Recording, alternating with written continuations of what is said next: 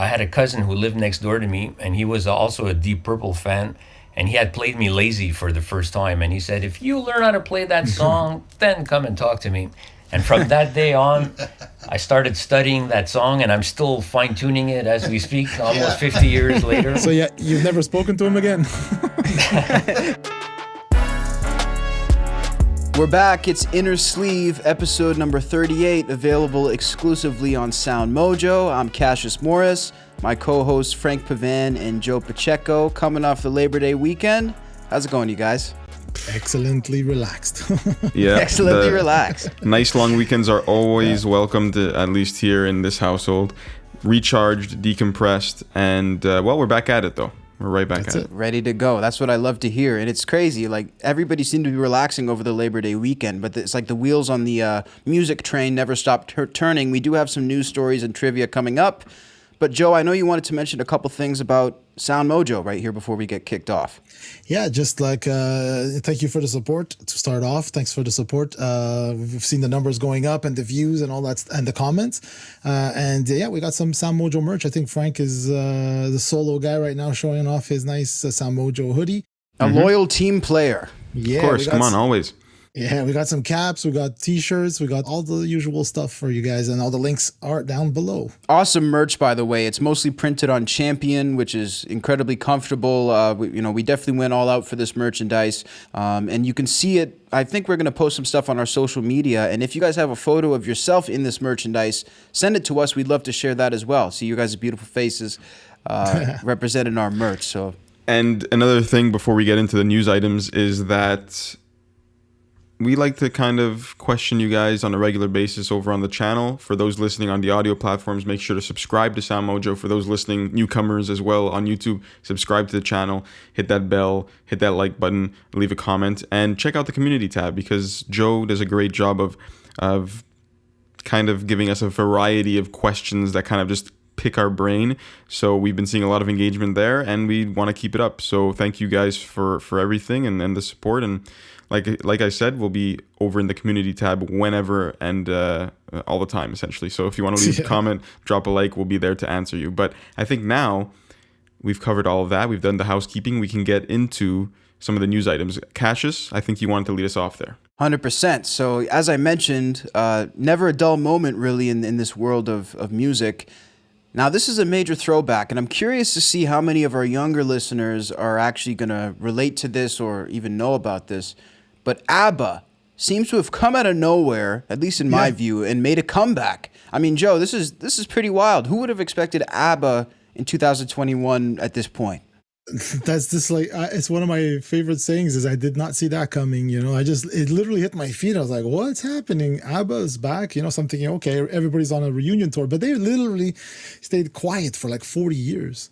Like they haven't released music. So like I knew of ABBA, but I didn't grow up with ABBA, and then you always heard, the revival, all the disco came back a bit, a lot of remixes, and like they're legendary, but it was interesting to see that they have an interesting concept too. It's an album and it's also a show, which you can go see, and it's custom built arena or space for the show in London, so. And it's virtual reality or at least 3D sort of that's what I saw from animation.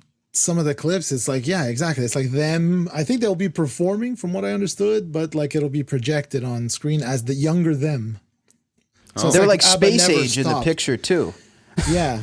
The light show itself looked incredible. Like there's going to be, I think the venue is so custom made and there's going to be lights all around you while you're watching the show. So it may be some like, virtual reality, AR, maybe like augmented reality. So augmented, yeah. This is the future, man. We are here. Can you fill me in? Who the hell is ABBA? Please. I think you're speaking for a large segment of the audience, Frank. Like, really, we need that. I got voice you guys heard. out there. I got you. You guys got to know. Dancing Queen, Mamma Mia. I mean, listen. The endless hits. Yeah. And it's funny. I always say this, like with the way the creator, not economy, but the creator industry has been going the last few years, you can find people with 10 million subscribers, but you've never heard of them, and yet they have a huge audience. So this is one of those examples, but of a band that had staying power, basically.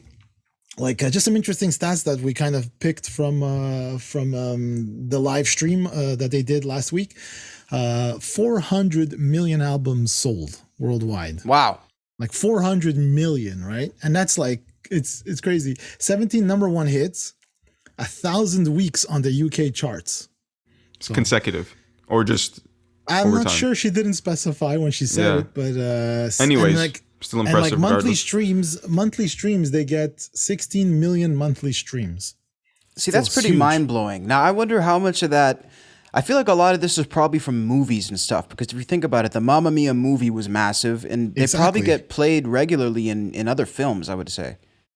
Yeah, Are you and trying to it's say? Are you trying to say that their royalties are taking care of them? Is that what you're saying? Oh, totally. I think it helps, you know what I mean? And Totally, man. what a luxury, too, to be able to have such a massive career and body of work that you do this, you know, what, they're end of the 70s, they called it a quits, right? Or maybe early 80s. think And then so, they yeah. just sort of relax, and now they can come back.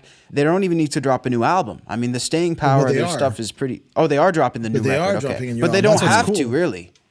No, they don't have to, but I kind of respect to them that they actually went back in, they re-record, like Yeah. not re-recorded, they recorded themselves now, but I listened to the track and it sounds like, wow, it sounds like you're back then, you know, like it sounds like their voices are still there, everything. They've So, brought you into a time machine. I mean, people will Yeah. eat that up though. yeah, You know, yeah. people cool. like to be Blowing up on brought back to the TikTok golden also. days. People like to be brought back through nostalgic purposes. So I could see it doing well. I mean, It's interesting because like I was watching, I don't know if you guys are familiar with the YouTuber Rick Beato. He's like a huge like musician, producer guy, and he's doing fantastic on YouTube. And he had an interesting look at Spotify and relevancy in terms of the classic bands. So like had Jimi Hendrix with 9 million monthly Spotify followers, and you check which Bieber, who has the most, which is at 84 million followers. But then he was showing like, you know, Led Zeppelin has like 14 million, this and that. And then he was showing like, you know, Taylor Swift's and all that with the huge numbers, 30 million, 50 million. And then you check out a band like Queen that had like 36 million. Like they're up there. They're still relevant today because of those movies, right? They had That's a the thing. documentary. I think the movies help. And, you know, so that's it. So I always say like Bohemian Rhapsody has had 3 lifetimes already. Like it's had the initial run when it was super like creative, original song back in the day. Then Wayne's World movie brought it back into the norm with the headbanging, and then the documentary. Like it's crazy. It's It interesting. is crazy how the movie can bring new life. You see it with Motley Crue in The Dirt. Metallica, I Yeah. think it did pretty well for them. So definitely curious to see what's going to happen with ABBA here. And hey, good for them. You know, they're coming back. They're getting on TikTok. They're embracing the new ways. And that's, I guess, all you could really ask for. Yeah, why not? Unfortunately, I hate to bring up a sad news story, but we're doing it out of respect to pay tribute to this guy. This past Tuesday, September 7th, was the anniversary of the passing of Mac Miller. Definitely a staple, I would say a staple in the new age hip hop world. Would that be fair to say? Do you guys think? I think yeah, that's so. for sure. That's for sure fair. For sure fair. Hey, Like see- up until you know his passing, everyone kind of grouped him with the, like you said, the new era rappers who were on top of their game. So that's fair. Absolutely. Very sad. He passed away of some sort of tainted drug overdose, which sadly seems to be happening more and more these days. It's really unfortunate. We hate to see it.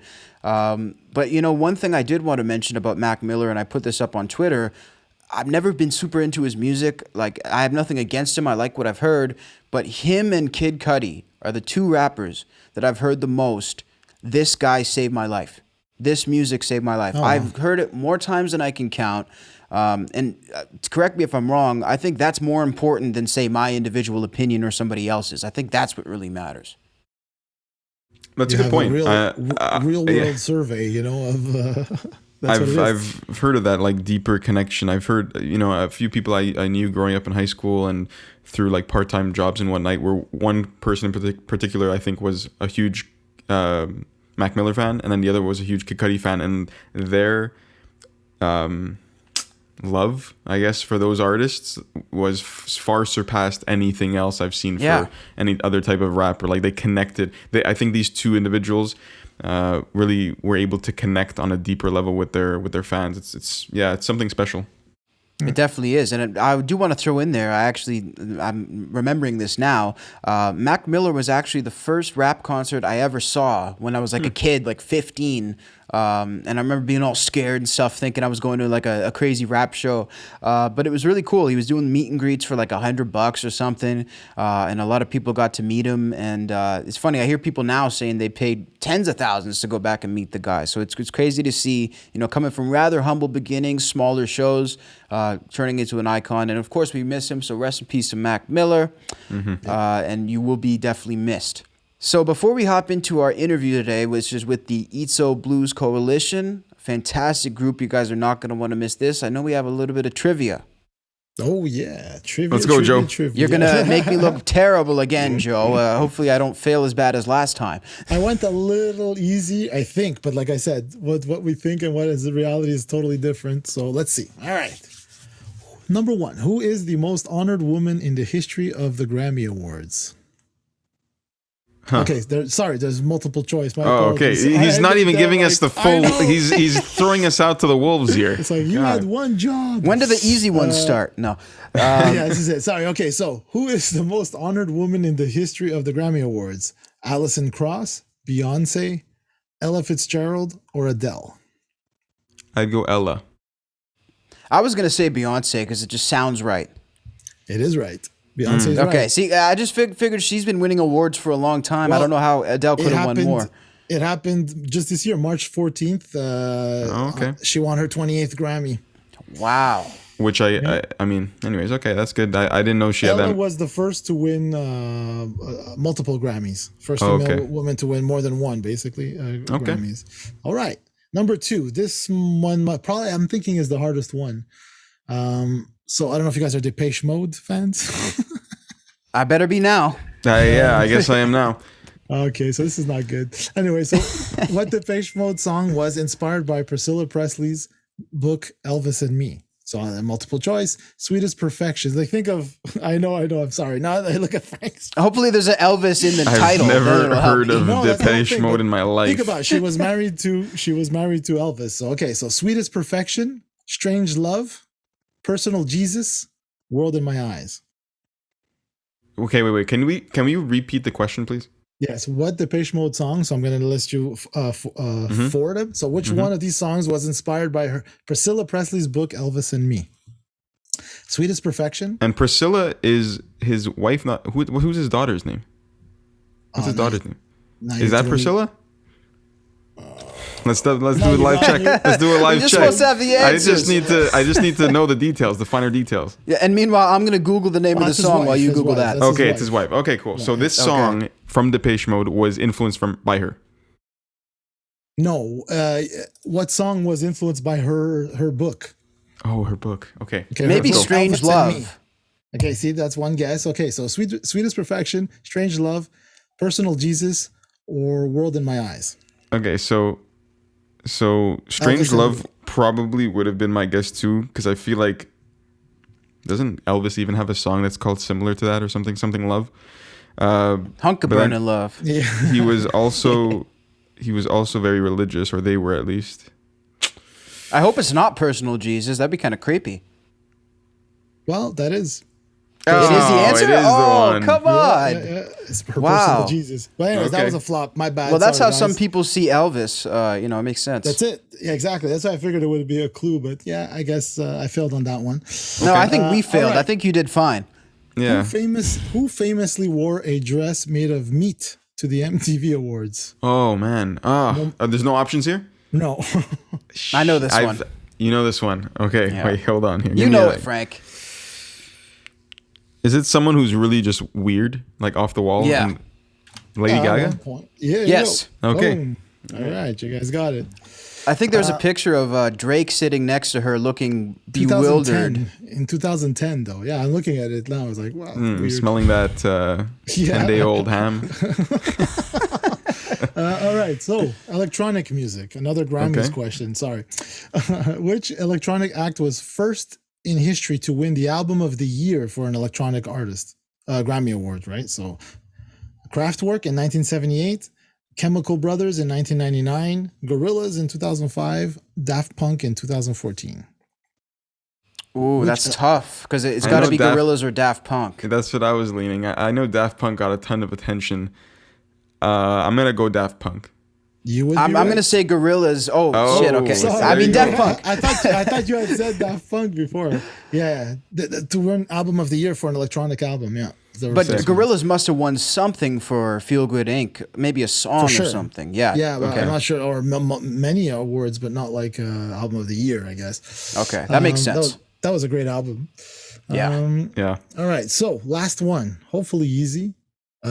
Jim Morrison. Easy or easy, Joe? Yeah. Hopefully easy. Then I'll get it. Hopefully easy. All right. Easy. Well, where was the Doors singer Jim Morrison buried? Paris, France, New York City, Melbourne, Australia, Dublin, Ireland. Wait, who's this guy? The Doors? Yeah, see, you're good. The Doors Wait, singer Jim Well, Morrison. that's because I just listened to the first time you worded it. I don't know how. What's his name? Jim. I figured you would know him. Sorry, my Jim. bad. You know how yeah, he Jim looks. That's for Morrison. sure. You know how he Jim looks. That's for sure. Morrison. Jim Morrison, the Doors singer. Where was he buried? And Paris, there France, was Australia, there was Dublin, there was France, and then there was New York where was- City.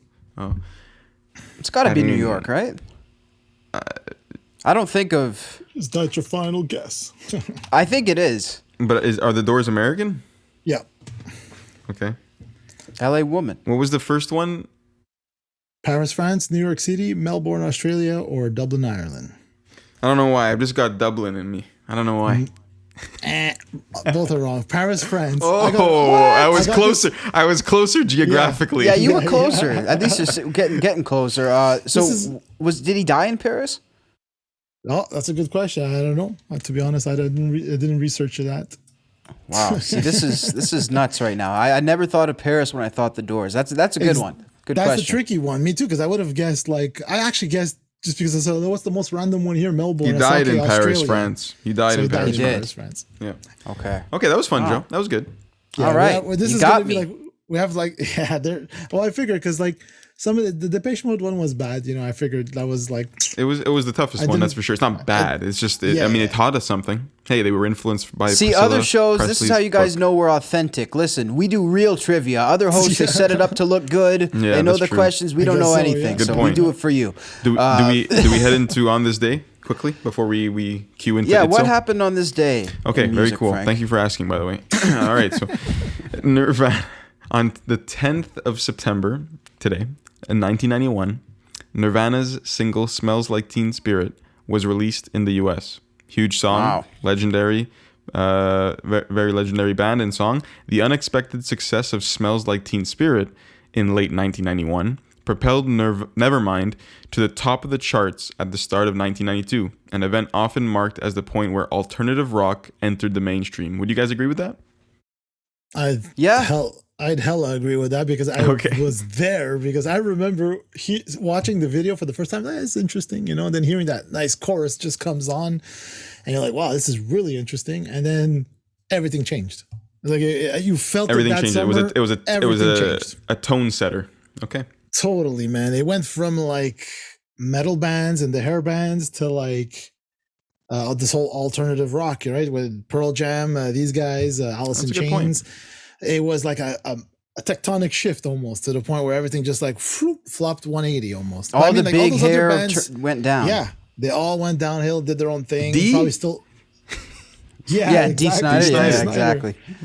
That's it. It was. I think that's the last time something like that happened, which is interesting because we actually talk about that in today's interview with Izzo Blues Coalition. We speak about cool. this exact thing. Wow. Cool. Awesome. I didn't Milestone. look at that. It's meant to be. I've got three more for you, and this next one's interesting. And in 1997, 10th of September, of course, an electric chair, which was used in Alcatraz and once owned by Andy Warhol, sold for £4,800 at an auction in Bristol. Warhol used it to sit in the chair and watch horror movies. Isn't that like that's borderline? So Andy Warhol too. I mean, That's of course he borderline, did, right? Anyways, Like, yeah, of course. Like, that's bizarre. anyways, just the value of the chair itself and what he used it for. I felt that was interesting. I think he got a good deal, right? Maybe at the time that was expensive, but at the time, but it's still a good deal. It's in pounds too, so that the currency is even more valuable. But yeah, it's I don't know. We'd have to see the value of that chair now. Very 2000. I wonder where that chair is at now. Let's set a poll out there. Let's get some. Whoever action. bought it is way creepier than Warhol, by the way. That's a whole nother level. I need this. That's true. 10th of September 2005. the 1967 Beatles track "A Day in the Life" from Sgt. Pepper's Lonely Hearts Club Band was voted the best British song of all time by music experts. Okay, so that's one part of this. The survey by Q Magazine called the track the ultimate sonic rendition of what it meant to be British. The Kinks' song "Waterloo Sunset" came second, and "Wonderwall" by Oasis was voted third. That's solid. Interesting. I can't really disagree with that. Exactly. I was just You gonna do say disagree? the same thing. No, I can't disagree. I mean, Okay. "A Day in the Life" probably one of their best songs ever. I mean, it's hard to debate. And also, people say one of the best renditions of like panic and unrest in the part with the orchestra where it goes crazy. They really capture every angle. And the Kinks, I don't think it gets much more British than that. That's pretty solid. Okay, all right. And I all right. like Oasis too. Like I remember when that song was around, it was like definitely around the same time we were talking before, like mid '90s when we got a bit of a British invasion, and that was I remember having that vibe too. So I can't disagree. You know, a Okay, song's cool. a huge hit when you feel corny for playing it. Like when I put on Wonderwall, I feel like really like you're playing Wonderwall right now. Testament to how big it's become. I mean, that's a massive hit. So tip of the hat to them. So are we going to move on to the interview? I mean, I've got one last one. This Okay, one's let's do it. interesting because Yes. we kind of spoke about this one individual like behind the scenes, so I want to bring it up on the show here. 10th of September 2007, Pamela Anderson's ex-husband Kid Rock was involved in an alleged assault on drummer Tommy Lee, who was also married to the actress up until 1998. Police interviewed witnesses to a tussle involving the pair at the MTV Music Awards, and Lee was removed from the ceremony while Rock was allowed to stay. But I started this by saying it was Kid Rock who was involved in an alleged assault on drummer Tommy Lee. So it's whoever the bouncers saw swinging at the time, probably. I that got guess thrown so. out. I guess so. Yeah. Such a Tommy Lee situation. I could just imagine him being like, dude, like just it's totally in character for both of them, honestly. That's true. Yeah. That's all I've got. That's all I've got. We can move on out to Izzo Blues Coalition. I don't know if anyone of you had any more things to say. No, I good, think that's man. it. I do want to say thank you to Izzo for making the appearance. You know, we had really good to see somebody keeping the blues alive and give it a nice fresh take on it. You know, it's hard with the classic kind of music to make it fresh and fun and exciting, and that's exactly what these guys have managed to do. Yeah, and it's like full circle for them, right? These guys have been music producers, publishing. They've had labels, so then they come find themselves full circle, like playing guitar and drums again in a rock band, like in rock music or rock covers of blues. And like I mean, Tino's a fantastic player. Bob's a sick drummer, and lots of cool surprises in this interview. I think for the fans, because I mean they headed up SoundMojo right off the bat, like. I think it was the third video we published on the channel, Wow. They were already involved right away. And like, they're legit, they're awesome. I love them. I'm a biased fan, so. Hey, man, that's cool. It's always good to have that. That means they're doing their job. So we'll let you guys get into this interview. A few takeaways when we come back. Enjoy.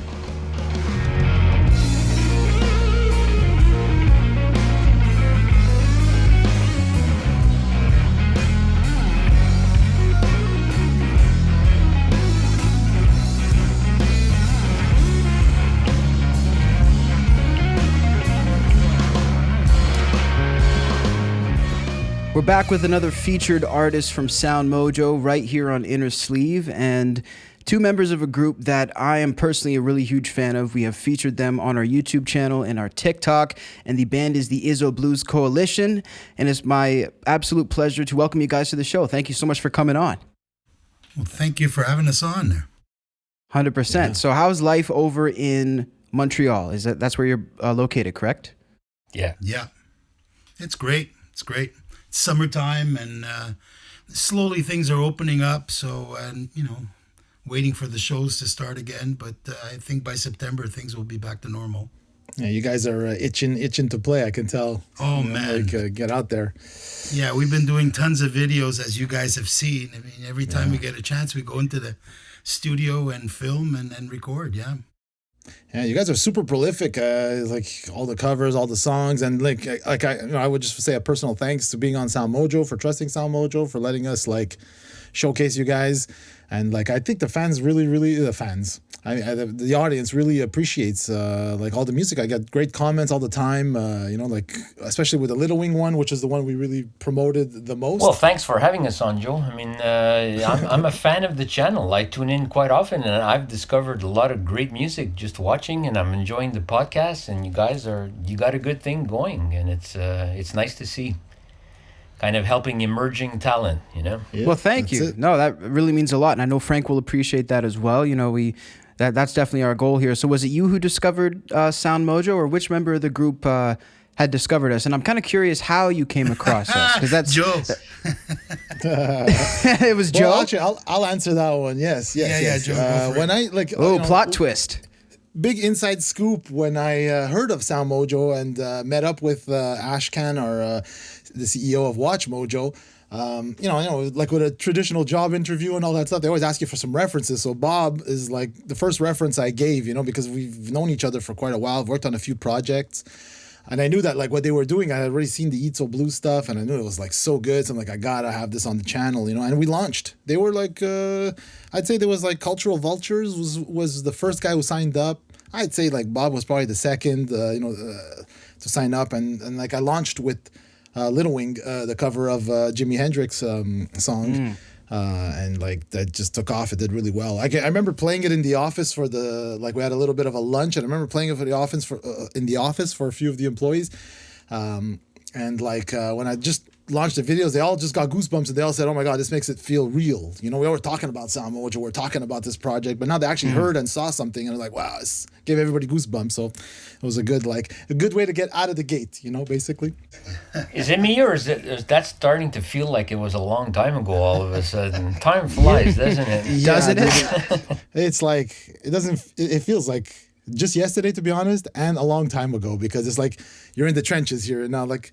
With the COVID, working from home and everything, it's like you almost like feel like what's happening. You don't know, like time just blurs. I think we've all lost relative track of time now with this COVID thing, and it's like, okay, was that last year? Was it 2 years ago? Nobody knows anymore. It is really strange. It was throwing me off watching the Olympics where it was saying 2020, and I'm sure many people are experiencing that. Like, what do you mean the 2020 Olympics are happening now? And everything's kind of mixed up and jumbled up. Yeah, the Euro was 2020 also. That's it. Kind of strange. Oh, yeah, look at that, hey? It's unbelievable.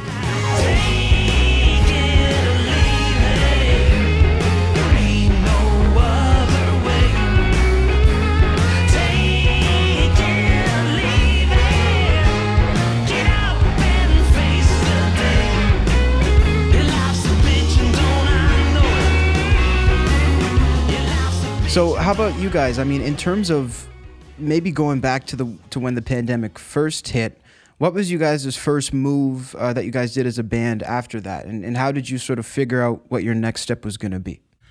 Well, I mean, to us especially, we took advantage of the pandemic to really lock ourselves up, pardon the pun, and concentrate on developing our sound and developing, especially for this new album, right? We really wanted to find our thing, right? And so it's by doing all those videos and by jamming, and Tino and I have it set up so that we have some of the tracks playing and just me and him performing to them, and we do that for hours on hours on hours and just get our vibe, get our and try to focus in on what is our sound, and I think that's what really happened in the past year and a half. I mean, we really zoned in, and then when we started working on the album, especially for me, because Tino's the writer, and so he thinks up all this stuff. For me, it was like catching up and seeing where he was going and trying to be,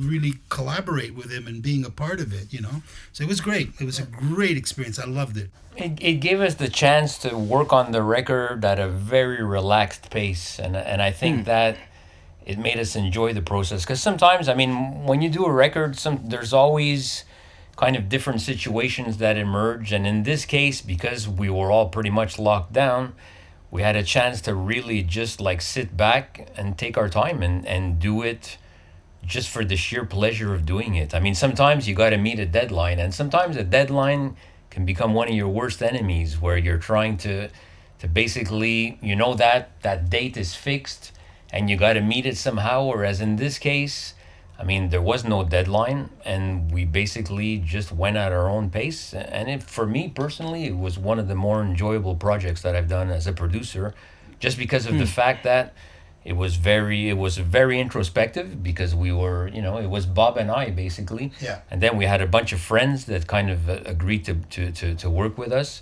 and we tried to do the best that we could under the circumstances, and it was a good time overall. It was a very selfish record in that sense.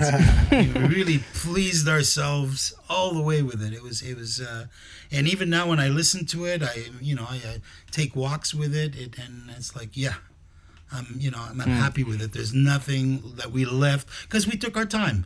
We did there's nothing that we said, shit, I would have wanted to redo that or touch that. No, it was perfect at the end. Were the tracks recorded all live in the studio, like the whole band performing, or was it like a hybrid situation, some live tracks, some punching in, or tracking afterwards? Well, the way I usually work as a producer, I mean, I play a lot of the instruments myself, so I usually start by building the nucleus of a track in my studio. And then we start to kind of outsource it. And in the case of the drums, Bob did the drums basically at his son Mario's studio. And then eventually, once restrictions started to loosen up a little bit, we slowly started to have the vocalists come in and do their tracks. And then we did the brass. The brass was one of the last things we did. So it was basically, wow. It's rare. I mean, when we do videos, like live videos, that's where we get the opportunity, which is always fun, to actually play in a room, everybody together. But in this case, it's basically because of circumstances. It was more a question of trying to do it, following the guidelines, the COVID guidelines. So it was basically done interspersed between studios but a song always starts with me kind of piecing it together, doing a rough demo, and then based on that demo, everybody starts to add in their parts. So that was mostly the approach that we had taken. If I can add, for me as on the drum side, it was a great experience, because I mean, I got to hear his full idea, and then I went into studio on my own. I mean, Mario would just basically set me up. We'd get sound check, and then I'd be alone for a few hours.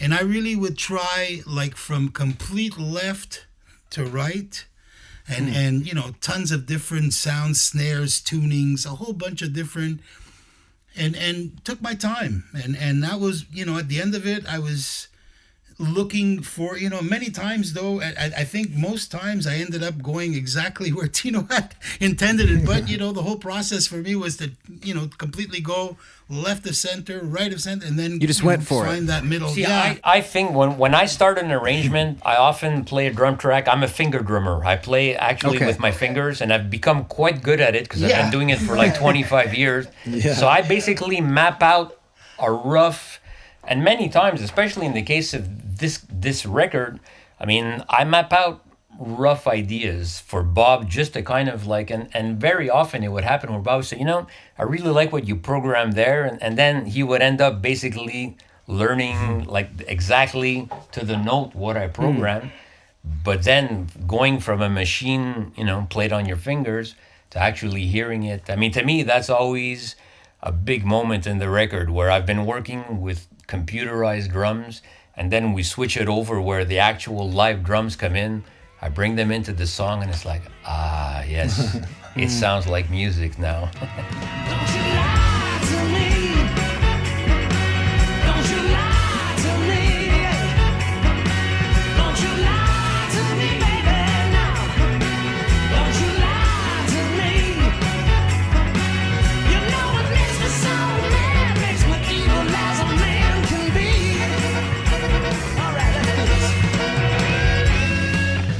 It's interesting that you guys are on such a similar wavelength, musically, that you guys can go different directions, like you're saying, and go for it and experiment, but you often end up sort of on a similar route. I mean, that must make for sort of ease when it comes to making music that maybe in other situations you don't have. Yeah, well, Bob and I have a very particular relationship musically. I mean, we've been working together for what, like over 30 years now. Wow. So he understands what I do almost better than I do very often, where he can basically, yeah, well, see, like he can actually, we're talking about a song and he say, well, you can do that thing, and it's, if somebody would be listening into our conversation, it would probably be very abstract, but between us, we have an understanding and a language where most often sentences aren't even finished. Like I know what he'll start just to kind of mumble something. Oh yeah, I know what you're talking about, and it's kind of back and forth that way. But it's like an old married couple, You kind of. But that seems to be the way it goes for people who work together for so long. It's like they sort of pick up on what each other are thinking and then the direction that they're trying to go. Would you agree, Joe? Yeah, it's like I mean, like, these guys have been together, like they said, for 30 years, working on in so many different facets of the music industry, right? Like Tino's like fantastic producer and songwriter, and then now we see him as a performer, a player, and then you have Bob, who's like, I remember used to have was it the trance label? Remember you had like a trance music label? Yeah.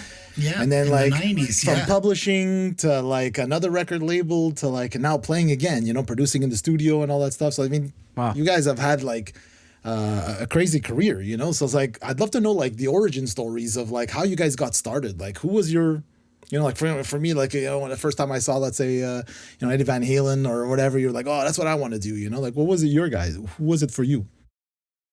Bob, do you want to start? Wow. My uncle actually used to play with Walter Rossi in the 60s. And he, and I mean, I don't want to age myself, but he gave me, I mean, when he got into Dylan in the 60s, he gave me all his Beatle singles and Dave Clark 5 and to me, and this was like mid 60s and that was it. I mean, Ringo and drums was it. I mean, for me, it was charted.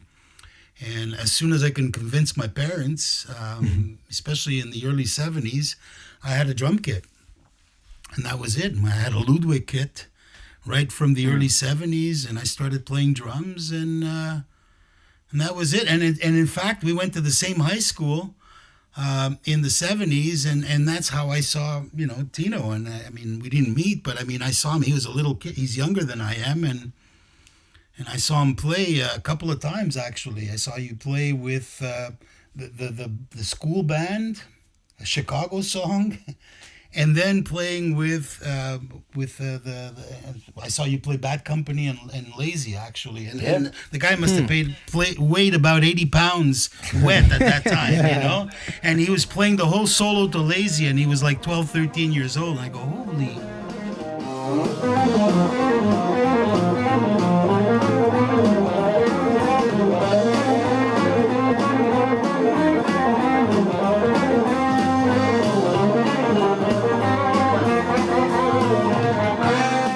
Wow. What was it always without a pick? No, it was with a pick then. Yeah, no, the without a pick came actually pretty late in my playing, because I had basically, I mean, I played with a pick for the better part. I mean, I think it's coming up on my 50th anniversary of playing guitar. I started when I was 10, and for me, in terms of influences, I think the main influences were probably Johnny Winter. I was a huge, when I was a kid, I had the Johnny Winter and live record, which I played. I mean, I can't even imagine how many times I spun that record. It was Johnny Winter. It was Richie Blackmore of Deep Purple. And that's why Lazy, I mean, to me, Lazy has been an obsession. When I was a kid, I had a cousin who lived next door to me, and he was also a Deep Purple fan. And he had played me Lazy for the first time. And he said, if you learn how to play that song, then come and talk to me. And from that day on, I started studying that song, and I'm still fine-tuning it as we speak, almost 50 years later. So yeah, you've never spoken to him again? You'll talk to him someday. I'm actually planning on doing a recording of it and sending to him. There you go. There's your Lazy solo. Yeah. But I mean, Richie Blackmore was a big influence on me, and then there was, when I was a kid, I still remember, seeing B.B. King for the first time. I mean, on the Ed Sullivan Show, I think it was like 70, 71. And it was just like he played The Thrill Is Gone. And I was just completely mesmerized. I mean, to me, that was my introduction to blues guitar playing, where he would play a note and he would do that classic B.B. King vibrato. And it was like, wow, I want to learn how to do All that. the power in very few notes. You know, it's crazy how much power, especially blues guitar, can have. Absolutely. So, I mean, I from that point on, and all the guitar players that I mentioned that were influences, I mean, they were articulate players. And that's the kind of stuff that always appealed to me, even as a kid. When I would see somebody play something expressively, it would always reach me in a different way than somebody who would just be kind of shredding. And B.B. King, to me, is the epitome of being able to play one note and you can be blindfolded and go, oh my God, that's B.B. King. And I mean, that's something that really inspired me as a kid. I think that I kept on. But to answer the question, in terms of no pick, I play bass on all my productions, and I developed a technique of playing bass over the years where it's basically the same technique that I at some point said, what if I apply this to guitar playing? And it just completely opened up a whole new palette for me. Because I mean, using a pick is a basically one-dimensional. Whereas using your fingers, you have so many different options. You have your flesh, you have your nails, you can do downstrokes this way, you can pluck. So I mean, just the palette of expression that opens up was like, wow. It took a little while to get used to it because you don't have as much dexterity, at least at first, but then continuously doing it, you start to kind of get the hang of it. And then I made a huge discovery because I basically would wear down my fingernails because I play pretty aggressively. And at some point, I had no fingernails left. And I had the bright idea of mustering up the courage to go into a nail salon and saying, can you help me? I have no more nails. And the girl says, yeah. She goes, I got plenty of guitar player clients. And basically, she applied these acrylic nails to 3 of my fingers. And it was like, oh my God. Now it's like having 3 guitar picks permanently attached to my fingers. And it just revolutionized everything. I love that she had a bunch of clients who were guitar players. That's the thank funniest God. part. And you were nervous about it. It's I have to say, it's pretty emasculating going in there when you're going in for your appointment and you're sitting down. But man, oh man, it like made a huge difference. So I think that I will remain pickless for a good while yet. Well, if anybody wants incredible. to watch what it's like to do Eddie Van Halen's Eruption without a pick, I'm gonna play that for you right now.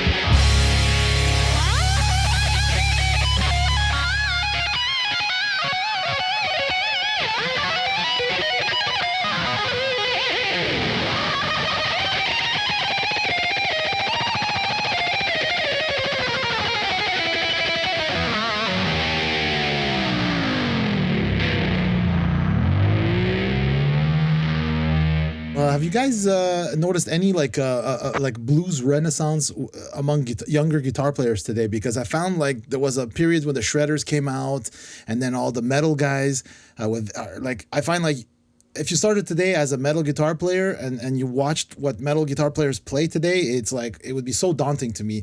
And I noticed that the blues has been picking up with Instagram and like YouTube. A lot of younger players are getting into the blues. Did you guys notice anything like that or?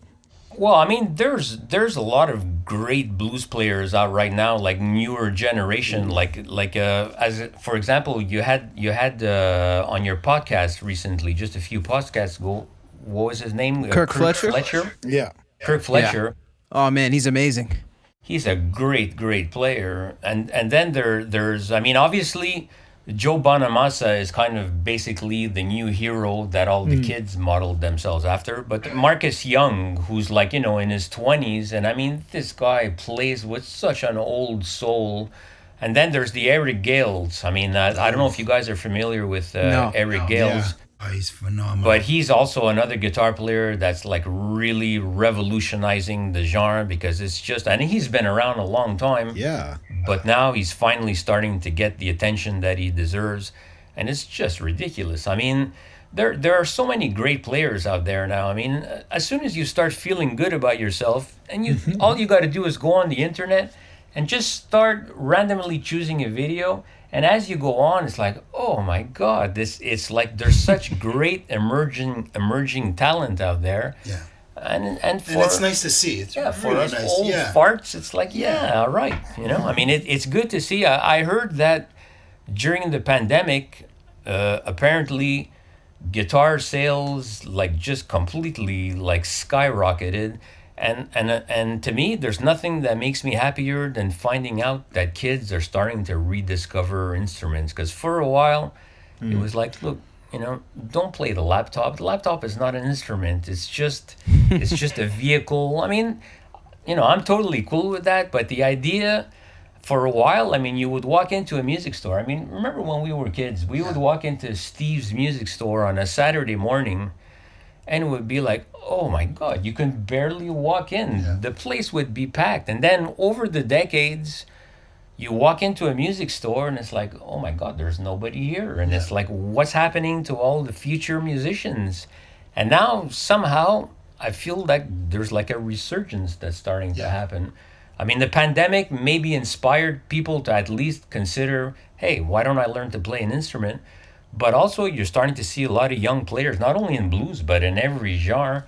And it's just fun to see. And they're basically reinventing, like I'm seeing some kids play now. It's like, what the hell are they doing? It's like completely different techniques. And it's like, it's fun to see, Yeah. And hopefully it's a trend that will continue. And you hear it in the new songs that are coming out. They're more musical. The structures are more elaborate. You can see that there's a lot of work in the arrangements. And so, for a while we had a lot of material in the mainstream. And I'm talking about like, your top 10, top 20 Billboard. That was very laptop oriented. I mean, it was, 26 writers getting together. And now you're really starting to see a change, and to me that's phenomenal. I love it. I love seeing new material. It's beautiful. I mean, that's what has to happen. I couldn't agree more. I think that's one of the things that rock in general and metal and all of these sort of things under the umbrella have been missing. New sounds. 'Cause, I mean, you listen to rap today, it's virtually unrecognizable from the rap of 20 years ago. So, I mean, I think that not that that's how it should be with rock or blues or anything else, but the more new sounds and new languages that are created, we could have another resurgence similar to the 90s where, you had all those guys making new sounds. So That would be phenomenal. I mean, and we've been waiting for a long time for another 90s to happen, because that was the last time that we really had something fresh from the West Coast, but it was incredible. And you had like hundreds of bands that came out of there that really shaped the next, decades. But it's been a little bit of a while now that we haven't heard that. I think it's coming, though. I think it's definitely coming. Do you think so, Joe? I don't know. You don't look too optimistic over there. yeah, no, totally. I think everything is it comes in circles, right? Like every 20 or so years, like the young generation, people always want to hear, like they're inspired by somebody today, but then they always go like, what did he listen to? And then they go further and further back. And then you always discover the B.B. Kings, the Jimi Hendrixes, they'll eventually, they're going to be eternal, those guys, they're always going to be inspiring future generations. So I'm not surprised at all. It's just like there was a bit of a drought. Like everybody's saying rock is dead, but it really isn't dead. No. It's just... No, I think it's cyclical. I mean, it's been, and now there's been a bit of an 80s kind of resurgence in pop music. I think it's always fun to go back and revisit stuff, but also push it forward at the same That's time, it. Yeah. That's it. Like, that's why I figured like The Weeknd, the last couple of singles, man, they're literally 80s songs, but with today's productions, and like they're just pushing it forward, like you said, into new directions. Yeah, and That's a you know great the fun thing about being an old geezer is that we lived through a lot of those decades, and it's fun to see. I mean, I mean, you know, I understand '80s music, but then when I hear a Weekend song, it's such a cool take. I mean, all the kind of conventions are there, you know, that define the genre, but then to take it to adapt it to a new sound, it's fun. It's fun to hear, you know. Yeah.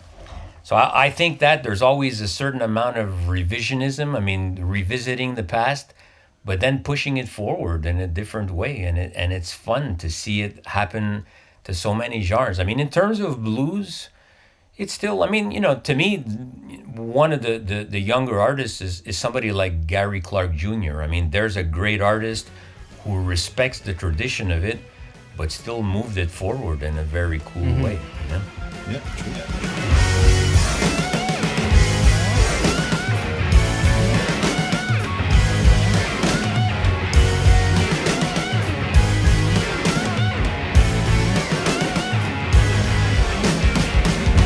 Sometimes I feel, sometimes I feel like I've been tied to the whipping What was it like playing along with Mario at the same time on the whipping post from the Allman Brothers?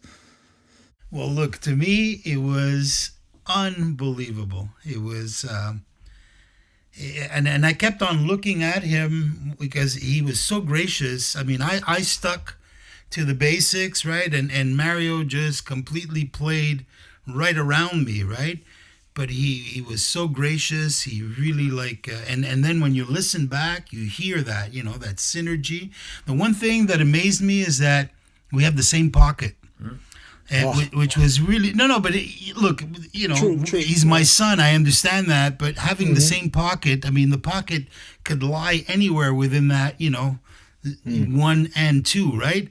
But for some reason, we just land our kick and our snare are exactly at the same pocket, which was amazing. That's an interesting concept, though. I mean, kind of like genetics, you know? Because when they started to play together, I mean, it's actually my first experience playing with two drummers, and it was like I didn't like I went into it. Okay, I mean, we chose the Allman Brothers because the Allman Brothers actually had two drummers, so we decided to do whipping post. But as soon as they started playing together, it was like, wow! It's just the sound. Like they were playing behind me, and we were just sound checking, and I don't think I ever heard that. It sounded like a locomotive kind of coming down. They were so like joined at the hip. And I was saying, you know, there's got to be something to kind of like musical, because historically, brothers and relatives have always grooved in a nice way together. And in this case, it was like, wow, they're really, because sometimes two drummers can actually be an ugly thing. If you have two clashing drummers, it just, there's like a lot of flamming. I'm cringing already. But No, in this it's true. case, it was like, anyways, it was a memorable day for me. Yeah, and for me too. It was bucket list. Yeah, it was Absolutely. awesome. It was awesome to see. I Absolutely. mean, having worked with both you and Mario, it was just awesome to see it like happen. You know, and like plus the song is so iconic, so it was fun. I hope we can actually, and I told Tino this, I go, man, it would be great one day to do a show with two drummers, because I mean, while we were in studio, we were fooling around on shuffles and on a whole bunch of things. And, you know, he comes from a different, even though, you know, we grew up in the same household, right? But his shuffle is like so authentic. Mine is mine, period. You know, I've never learned how to do a real shuffle where he went and he studied, you know, and when we played it together, it was like, hey, there are all the parts, you know? Well, anyways, I invited him to join the coalition. He's officially invited. That's the breaking news. So what's up with the new album, guys? I know that there's something, you have something up the sleeve here. Is there anything you can share, or? Other than some of the videos that we're going to be producing out of it, no, I mean, I think that the whole aspect of that album was the song selection. We wanted it to be an accessible record. We didn't want, when we did the first record, it was really a darker, left of center record. This one here, we really wanted it for normal people just to enjoy good melodies and have that sort of contemporary blues. But other than that, the release is going to be in October. We want to definitely hit the road as fast as possible, as soon as we put it out there. And really, you know, I mean, grassroots, I mean, go sell it, you know, definitely a record at a time. I mean, you know, do clubs and just introduce the record to everybody. Because, I mean, it's, you know, we're one amongst a billion, and it's going to take the work to really go out there and have people, first of all, like us, and then when they accept us and like us, then start listening to our music, and then bit by bit, you know, bring us in. And I think that's the only goal there. I don't think there's no quick solution to anything. This has really got to be grassroots. We got to go out there. We got to tour it for the next few years, and that's what we plan to do.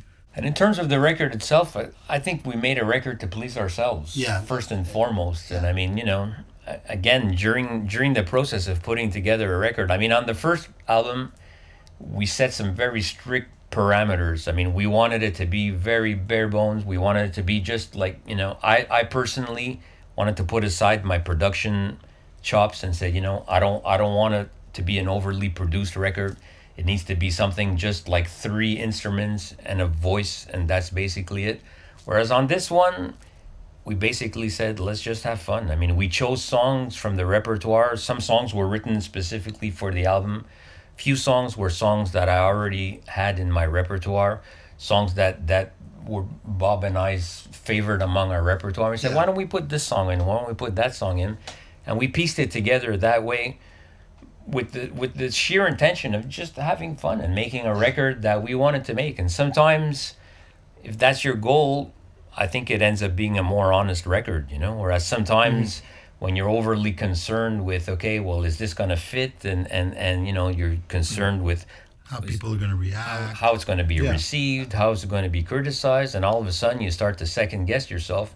And in this case, as I was saying earlier, especially because of the fact that it was done during the pandemic, it was just really, it was done in a very relaxed, fun way, and hopefully it'll come across when people listen to it, you know. I certainly think it will, and I know everybody here at SoundMojo is excited about it. Our viewers are bound to be excited. The band is the Izzo Blues Coalition. Tino and Bob, thank you so much for your time. We really appreciate you guys stopping by SoundMojo and continuing to bring this fantastic music that you guys make. It's our pleasure. Thanks for having us on. Thank you. Thank you.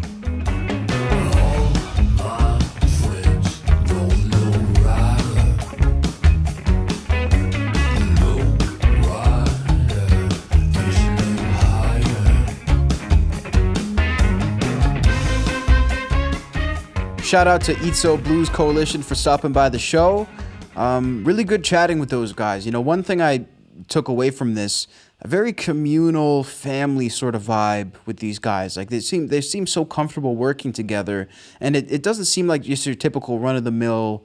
Like, yeah, I know this guy. We make music. They really seem tight to me. You know how I can tell that you were comfortable with them, Cassius?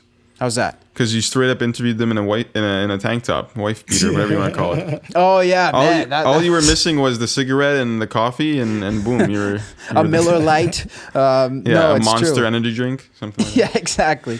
No, I mean, hey, summer vibes, man. I always get roasted for overdressing. Yeah. No, I mean, like, to add on to what you were saying, I mean, 30 years of working together, right? Like, they've done everything, like I said before.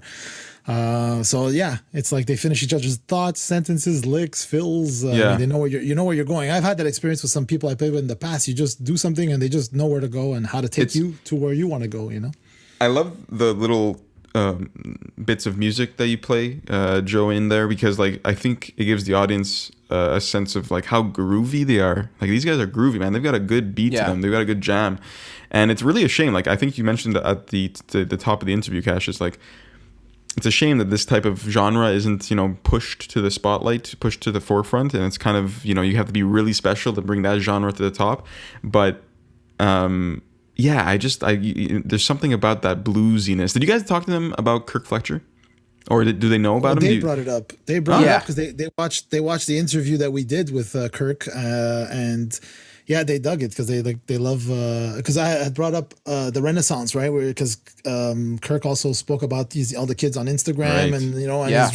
so they also they agreed. They said the same thing, where it's like there's all these young kids that are just taking it to another level. It's good to see because it starts to get it's old guys that play blues or older guys, so it's like it's good to see that there's a revival of it, On TikTok And- also, it's really good to see. Yeah, For that's sure. it, And you like- said they were one of the first to sign up to the channel. They're very appreciative of it.